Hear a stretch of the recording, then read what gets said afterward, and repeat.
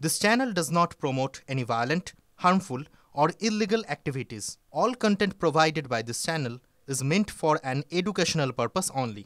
Top quality और consistent performance के लिए सिर्फ सिल्वर पंप नाम याद रखना। আর এই কসবা কাণ্ডে নির্যাতিতার পরিবারের প্রথম প্রতিক্রিয়া। পুলিশি তদন্তে ভরসা আছে নির্যাতিতার পরিবারে। দোষীদের সর্বোচ্চ সাজা হোক, TV9 বাংলাকে বললেন নির্যাতিতার বাবা। আমাদের যে লয়ার নিয়ে যে একটা বিভিন্ন জায়গায় দেখছি একটা কনফিউশন তৈরি হয়েছে, সেটাকে আমি ক্লিয়ার করার জন্য বলছি। আমাদের লয়ার অরিন্দম জানা, অরিন্দম কাঞ্জিলাল আমাদের লয়ার নন, প্রথম কথা। আমি দ্বিতীয় কথা বলবো, এই তদন্ত যা হচ্ছে, আমি কলকাতা পুলিশের উপর আস্থা রাখি এবং আইনের প্রতি আমি শ্রদ্ধাশীল। আমি চাইবো দোষীদের উপযুক্ত সর্বোচ্চ সাজা হোক। কুকীর্তিমান মনোজিতের আরো কুকীর্তি প্রকাশ্যে। সাহস দেখিয়ে এগিয়ে আসছেন একাধিক নির্যাতিতা এবং TV9 বাংলার TV9 বাংলায় মুখ খুললেন কসবা কলেজেরই এক ছাত্রী, যিনি 2 বছর আগে মনোজিতের হাতে নিগৃহীত হয়েছিলেন। একের পর এক নির্যাতিতার বয়ানে স্পষ্ট হয়ে যাচ্ছে নির্দিষ্ট স্ট্র্যাটেজি করেই কুকীর্তি করে যেত এই মনোজিৎ।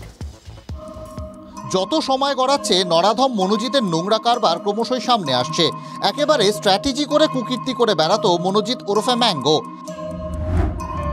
আইন কলেজে ভর্তি হলেই নবাগত ছাত্রীদের ওপর কুনজর পড়তো মনোজিতের। বিয়ের প্রস্তাব দিয়ে মনোজিৎ বলতো রানী করে রাখবো।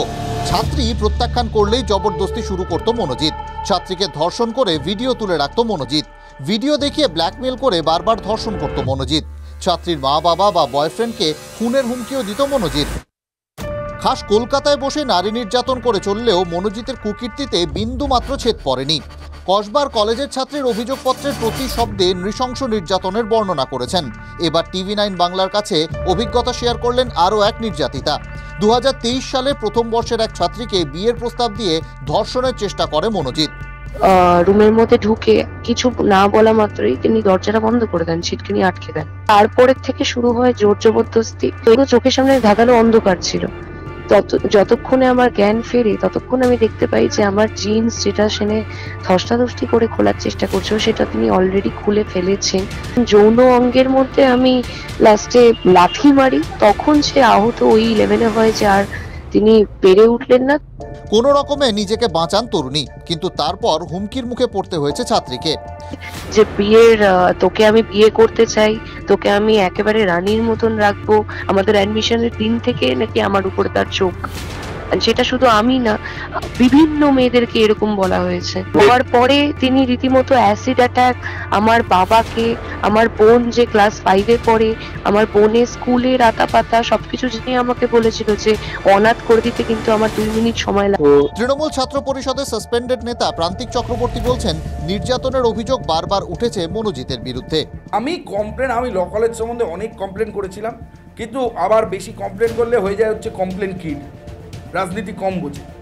তা আজকে শুনতে হয়েছে আমাকে ব্যঙ্গ মনোজিৎ মিশ্র, তার এগেন্স্টে আমি সাধারণ ছাত্রছাত্রীরা একাধিক কম অভিযোগ হলো, অথচ ব্যবস্থা হলো না কেন? এই মেয়েগুলোর ভিডিও করে রেখে তাদেরকে শারীরিকভাবে শোষণ করা হতো বছরের পর বছর, এবং সেটা কি শুধু মনোজিতরাই করতো, নাকি মনোজিতদের মাথায় যাদের হাত তাদের কাছেও এই মেয়েদেরকে জোর করা হতো বা বাধ্য করা হতো, পাঠানো হতো? আমি আপনাদের আর্জি করব, স্ট্রিং অপারেশন করুন। আপনারা দেখতে পাবেন এই ধরনের বহিরাগত ছেলে বা কলেজের পাস আউট, তারা এই অত্যাচার করে চলেছে তৃণমূলের নেতাদের দয়ায়। আদালতে জমা দেওয়া নথিতে মনোজিৎকে প্রভাবশালী তকমা পুলিশের।